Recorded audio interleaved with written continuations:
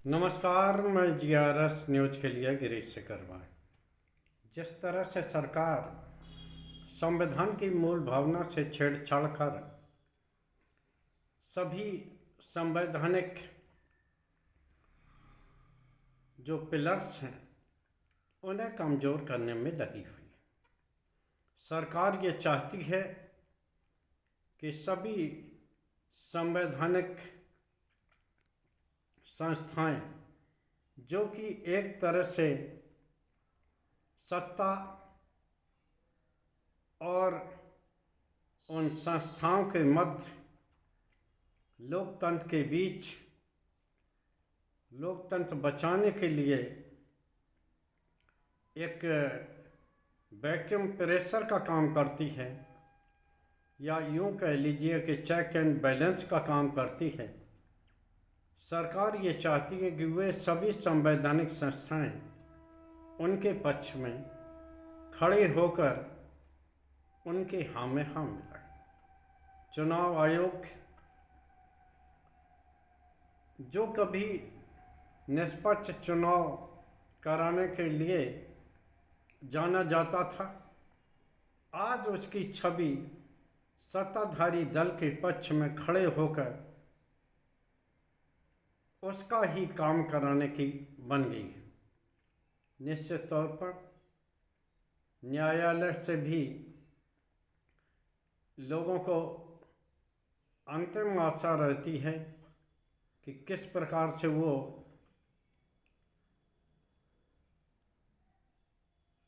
अंतिम आशा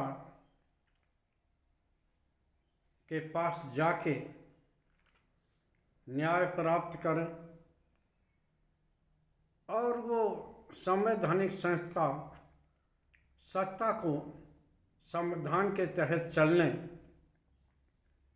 और उसे तानाशाह होने से बचाती है। लेकिन जब वही संस्थाएं सरकार के पक्ष में खड़ी हो जाएं और सरकार के हाँ में हाँ मिलाने की कोशिश करें, तो निश्चित तौर पर आम जनता के पास क्या चारा बचता है।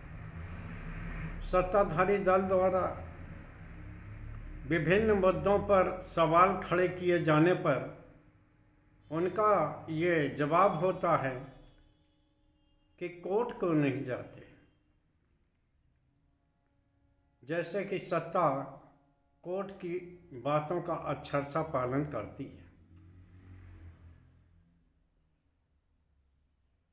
जब कई बार ऐसा आया जब सरकार की नीतियों को लेकर,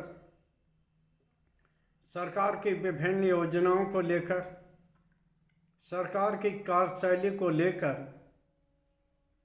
माननीय न्यायालय ने जब सवाल खड़े किए, तो यहाँ तक कि तत्कालीन कानून मंत्री ने भी यहाँ तक कि सबसे बड़े सदन राज्यसभा के सभापति तक ये कहते नजर आए कि न्यायालय निश्चित तौर पर अपने अधिकारों का दुरुपयोग कर रहा है। सत्ताधारी दल के सांसद ये कहते नजर आए कि जो माननीय उच्चतम न्यायालय के मुख्य न्यायाधीश हैं, वो पूरे देश को दंगों की आग में झुलसाना चाहते।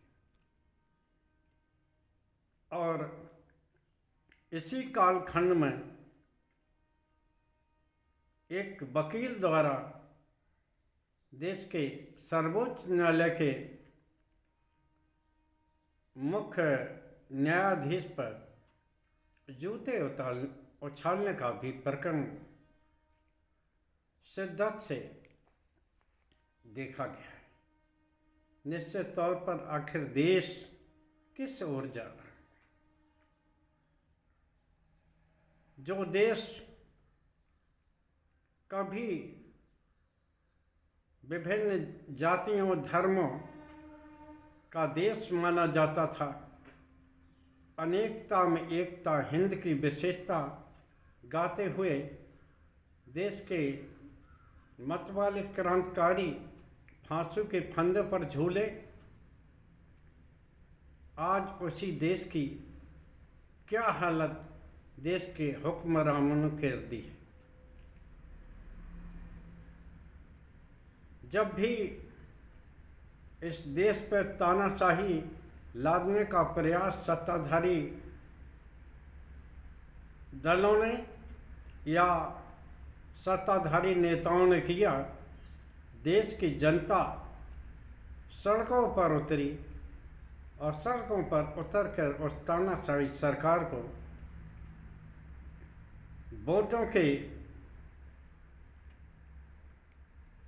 जनादेश से सत्ता से बाहर कर दिया। क्यों कर दिया? क्योंकि उस समय निष्पक्ष चुनाव आयोग होता रहा होगा। क्योंकि अगर आज के समान चुनाव आयोग अगर उस समय रहा होता तो देश में संभवतः सत्ताधारी दल जो कि तानाशाही प्रवृत्ति का हो चुका था, सत्ता से बाहर कभी नहीं होता। जैसा कि आज सत्ताधारी दल केवल चुनाव जीतने को ही लोकतंत्र मानता है। पहले नीति एवं सिद्धांतों की राजनीति होती थी। आज जिस पार्टी को भ्रष्ट बताया जाता है, अगर वो सत्ताधारी दल के पाले में आ जाए तो वही आज सबसे ज़्यादा ईमानदार होते थे। जिस व्यक्ति पर देश के प्रधानमंत्री ने सबसे ज़्यादा करप्ट पार्टी होने का आरोप लगाया और उसको सबसे ज़्यादा भ्रष्ट बताया, भाजपा कार्यकर्ता उसके खिलाफ सड़कों पर उतरकर प्रदर्शन करते रहे। लेकिन जब वही व्यक्ति भाजपा में शामिल हुआ तो वो दूध का धुला हो गया। मैं अजीत पवार, नवीन जिंदल, अशोक चौहान आदि तमाम ऐसे लोगों का नाम यहाँ उल्लेख करना चाहता हूँ जैसे कि कभी देश के प्रधानमंत्री, देश के पार्टी प्रवक्ता जो सत्ताधारी दल से जुड़े हैं, यहाँ तक कि राष्ट्रवादी पार्टी के कार्यकर्ता भी उनके खिलाफ अभियान चलाते रहे। लेकिन जब वो भाजपा के साथ आ गए तो वही भ्रष्टाचारी जिन्हें जेल में भेजने की बात पार्टी कहती थी, आज वो उनके नाक के बाल बने हुए। क्यों? क्योंकि आज राजनीति में नीति एवं सिद्धांत का बात खत्म हो गई है। आज चुनाव जीतना, चाहे वो किसी प्रकार जीतना हो, चुनाव आयोग को कमज़ोर करना हो, यहाँ तक कि उसे मन मुताबिक अपने काम कराना हो, एन के एन प्रकार चुनाव जीतना।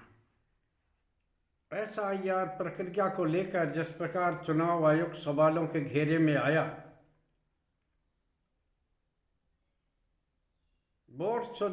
मतदाता सूची शुद्धिकरण के नाम पर जिस प्रकार से अभियान चलाया जा रहा है, बिहार में किस तरह से मतदाताओं के वोट काटे गए, उस प्रक्रिया में कितना घालमेल हुआ, वो पूरे देश ने देखा। आज 12 राज्य में निश्चित तौर पर हाय हाय की स्थिति है। यहाँ तक कि वो काम करने वाले छोटी सी कड़ी बीएलओ जो होते हैं वो भी दबाववश आत्महत्या कर रहे हैं। लेकिन चुनाव आयोग देखते हुए भी अपनी आंख नीचे हुए हैं। आखिर इसका कारण क्या है? आखिर क्यों वह बीएलओ आत्महत्याएं कर रहे हैं जब सब कुछ ठीक है और ये सभी बातें उनके कार्य में आती हैं, उनका कर्तव्य होता है। तो आखिर बीएलओ क्यों इस बात का विरोध कर रहे हैं, ये बात आप सभी लोगों को जाननी पड़ेगी। इसके खिलाफ आपको आवाज़ उठानी पड़ेगी और खुद की नागरिकता बचाने, खुद का मत बचाने के लिए आपको प्रयास करना ही होगा, अन्यथा देश का लोकतंत्र खंड खंड हो जाएगा। आज के ब्लॉग में बस इतना ही।